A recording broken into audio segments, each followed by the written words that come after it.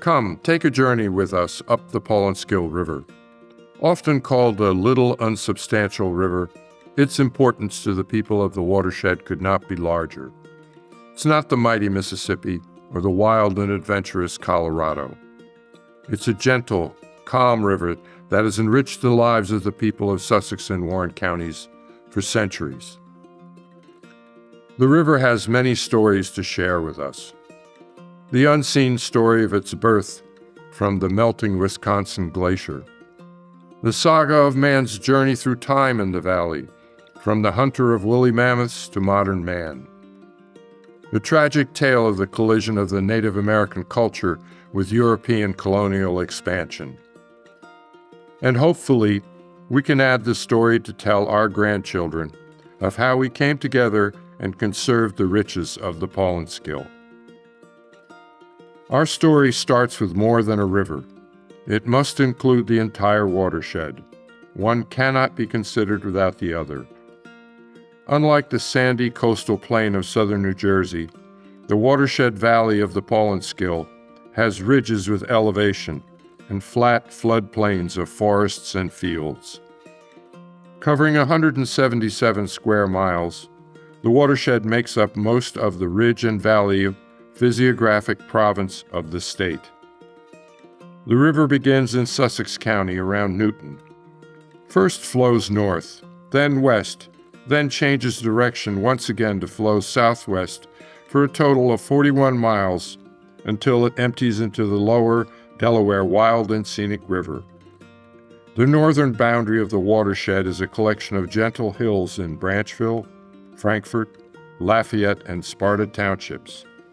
Deposited by the retreating glaciers thousands of years ago, these hills shed water north to the Watershed River, which flows eventually into the Hudson River, and south to the Paulins Kill River. The watershed's western boundary is mostly publicly owned forest and parkland. These forests have not been extensively disturbed for nearly 100 years. Mature growth forests are critical to the capture and slow release of rainwater to the river. Tributaries flowing to the Paulins Kill are cool, clean, and crystal clear, often supporting trout.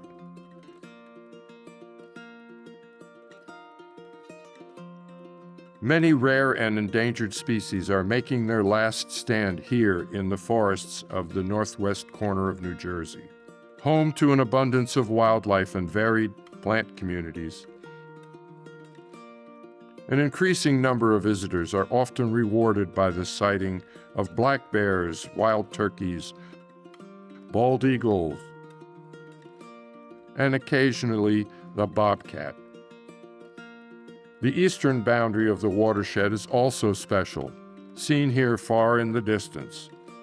The New Jersey highlands are unique to New Jersey, indeed to the world. Today, the highlands are recognized as the freshwater reservoir for suburban and urban New Jersey. The highlands have legislated special protections mitigating overdevelopment and resource exploitation. But this is another story for another time. Bounded by hills on three sides, the watershed is almost completely self-contained. We have a bounty of clean water.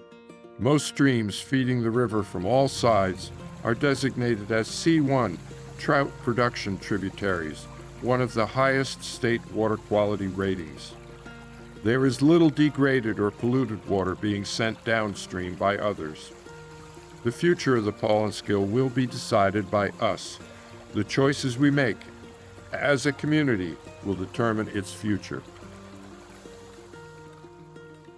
But enough about the watershed. What about the water? We must think of the currency of any watershed is its water. Where are water deposits being made? Who's making withdrawals? Is it overdrawn or happily functioning with a surplus? Is there a plan to ensure its viability?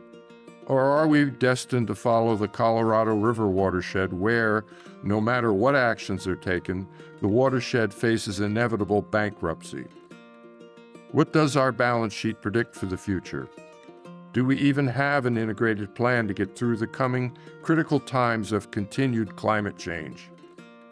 What attitudes, values, and knowledge must be brought to bear to precipitate action that will write today's story?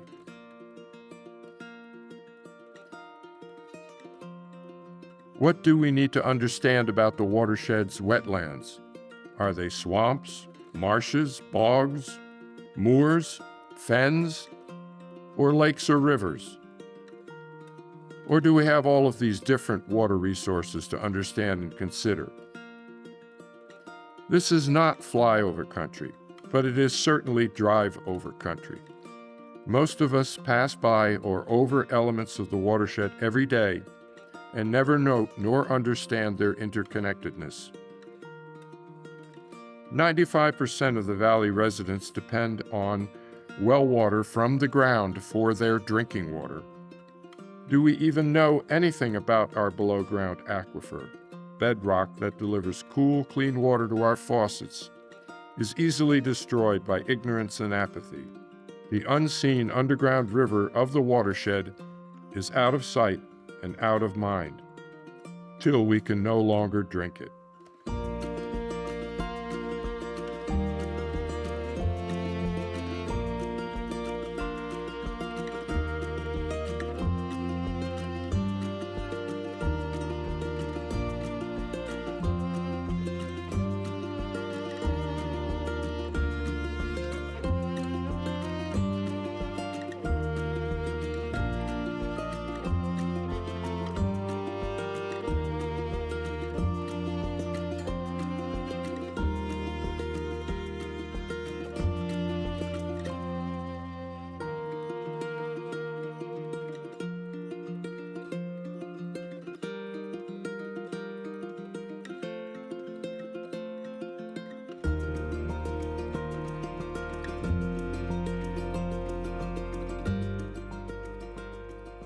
Can we search our agricultural past for inspiration while we design our communities?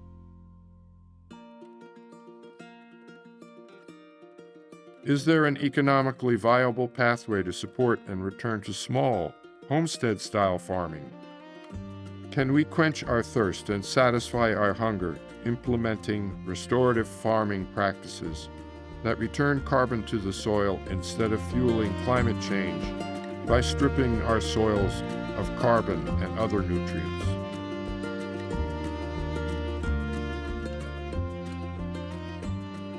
Do we welcome the urban and suburban sprawl typical of New Jersey to our towns and villages?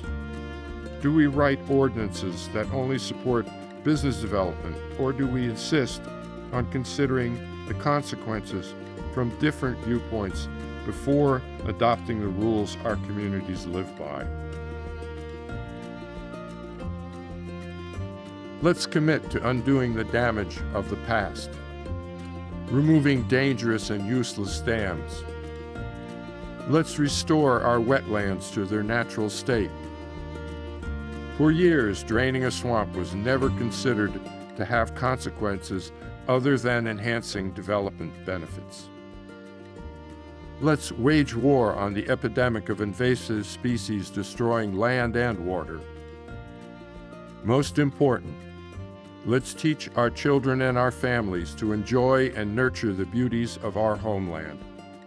Let's give them meaningful outdoor adventures that help tie them to the land. Let's replace their phones with fishing rods, bicycles, and hiking boots. Let's encourage families to experience the real world with joyful activities. And above all, let's train and deploy a cadre of river watchers, actively collecting data to build an undisputed body of knowledge to guide us with what we should do and must do to conserve what we have now. So join us on our upstream journey. Come and participate.